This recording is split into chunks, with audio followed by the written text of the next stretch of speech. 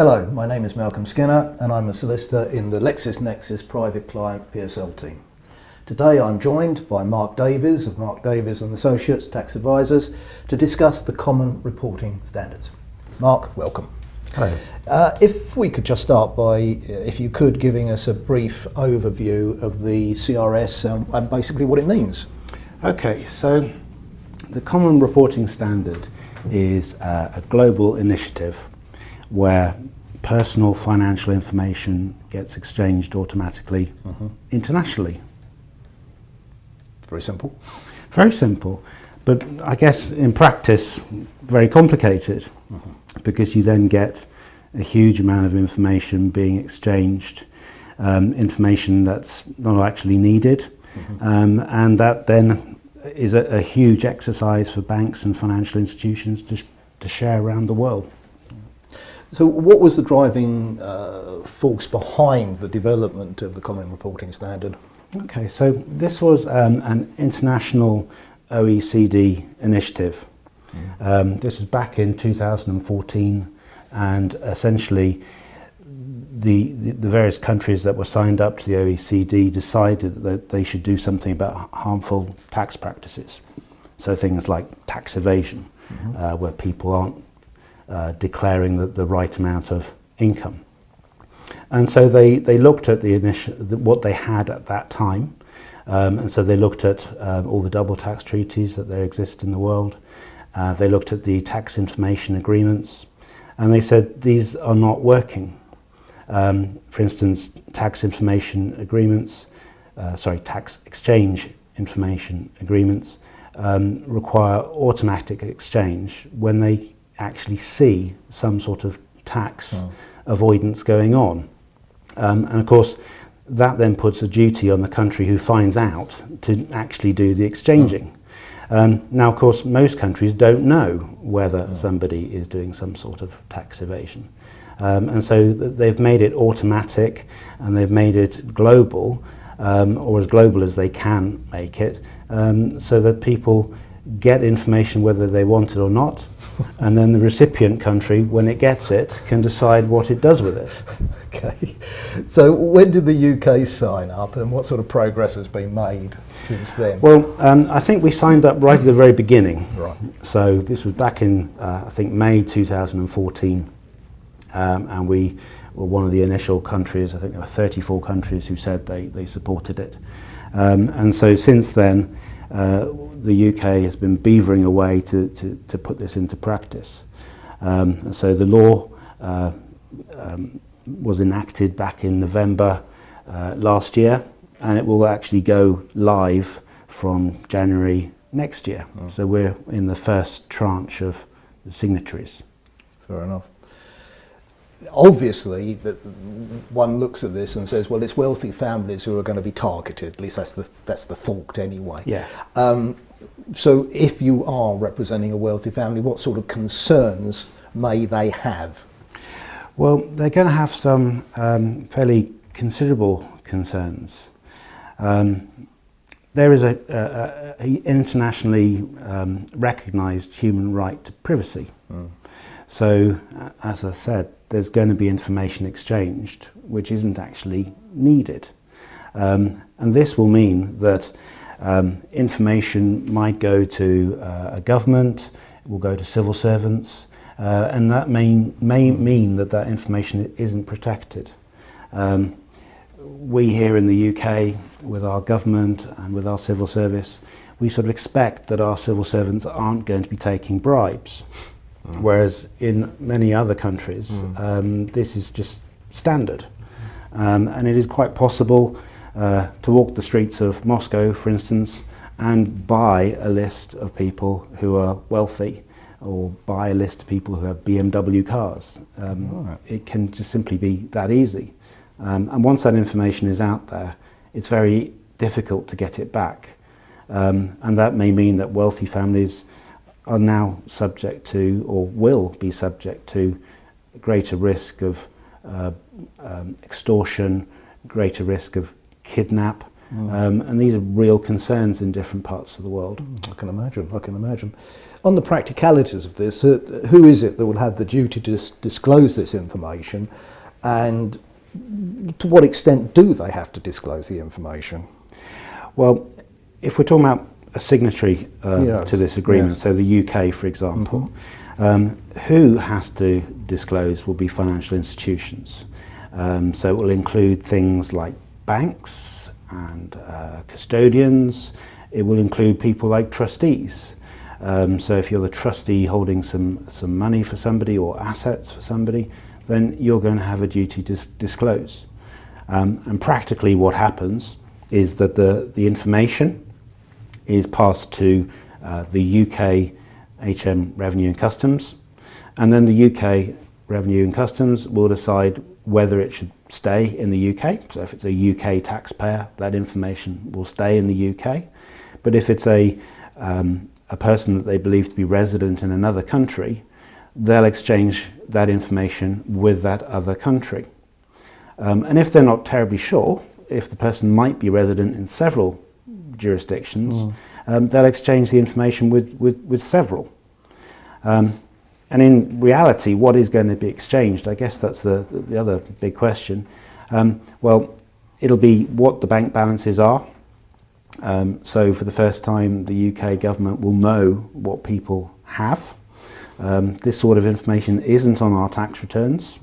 As I'm sure you know, we're normally only required to disclose our income. Indeed. Well, Indeed. they will know how much money you have for the first time. They will know whether you've received any interest or not. They'll know whether you've had any dividends, and they'll know whether you've sold anything. If the proceeds of any gains, they're also going to be disclosed too. Okay. Now, all this starts in the UK in 2017, as you've said. Who else at that point is going to be involved in the CRS regime? And more to the point, I suppose, are there any notable exceptions to this? Right. Well, there are some 52 jurisdictions signed up from January 2017. These will include the Channel Islands, for example, but there will be a second wave coming in 2018. And these are a few others, such as Switzerland, Hong Kong, Monaco, and of course Panama have finally agreed at last that they too would participate. But there are some notable exceptions. The biggest exception is the United States. And of course the United States look at things differently, as they often do. They have FATCA. Yes. And FATCA means that information held about US citizens is already exchanged with the United States. So they've already got the information that they need to tax their citizens and to be sure that their citizens are declaring the right amount of tax. They have no need to participate in the Common Reporting Standard because it doesn't benefit them. So there are a few others that haven't signed up, but these tend to be relatively small jurisdictions where perhaps you might not necessarily want to keep your financial assets, and they probably don't have the same sort of banking infrastructure that you'd need anyway. So with the US excluded, why would other foreign jurisdictions even want to share information? Well, I think it's a sort of two-way street, really, to a certain degree. From the point of view of the OECD, they were forced by the Americans to agree to FATCA. The US is the world's biggest economy, and of course, if you didn't cooperate with FATCA, it meant that the US banking system and its customers, US citizens, would be denied to you. So this threat meant that nearly everybody wanted to cooperate. I see, yes. Now, from the OECD's perspective, they need information on their own citizens to make sure that they are all being tax compliant and there isn't tax evasion going on. And so this is a global FATCA, if you like. Yeah. It's needed for a different reason. Yeah. So the US is sitting outside it at the moment. Do you think there's a possibility at any point in the future that they might decide they want to join in, as it were? Well, there's always a possibility. It does look somewhat hypocritical that the US imposes FATCA on the world and then doesn't agree to cooperate in the reverse. You know, their language is all about, we want to stamp out international terrorism and the funding of international terrorism, whereas they don't actually do anything about it in their own territories. But the United States has problems closer to home. There's obviously a lot of political turmoil going on with Trump versus Clinton. And I think if Trump becomes president, I'd suggest it's quite unlikely that this ever becomes law. If Clinton becomes president, then there is a chance that it may become law. But it would impose quite a hefty burden on American banks.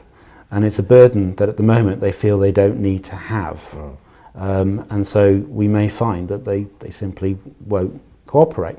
Now, for us, when we're looking after our clients and when we're thinking about our clients' privacy, this gives us an opportunity. Indeed. And it may mean that what historically we may have placed in an offshore jurisdiction, maybe Switzerland or the Channel Islands or the Isle of Man, maybe we should be thinking about American states as an alternative. So they actually become the new tax havens. They actually become the new tax havens. And of course, Delaware is fairly well known already as essentially a tax haven. But there are other states as well that are as well, such as Nevada, South Dakota. And so these are states that respect the rule of law, have good banking, understand the concept of trust because they've inherited it from us, but they don't have the same reporting requirements. And of course I should emphasize that what we're trying to preserve is our clients' privacy, which they have a right to. We're not talking about evading tax, we're not talking about hiding things that should be hidden. We're talking about privacy rather than secrecy. Indeed. So if I read this correctly, the US is going to be the new tax haven, which is a bit of a reversal of the scenarios. But would it not be incumbent to other jurisdictions to consider outfoxing the CRS as well, to make sure that they take on that mantle also? Yes, I mean there are other countries that are thinking along those lines too. So for instance, the Bahamas have taken a slightly different approach. So they've said they'll be quite happy to automatically exchange information, but only with countries with whom they have a bilateral treaty. And so far there are about 80 countries that are signed up to CRS, but there are only 30 something, I think, signed up with the Bahamas. So it gives you a small arbitrage if you happen to live in one of the 50 or 60 jurisdictions that don't have a treaty with the Bahamas. Well, that's fascinating. I'm really grateful for you for doing that. It seems to me that 1984 is alive and kicking in 2017. Indeed it is. Mark, thank you very much. I'm very grateful to you. Thank you very much.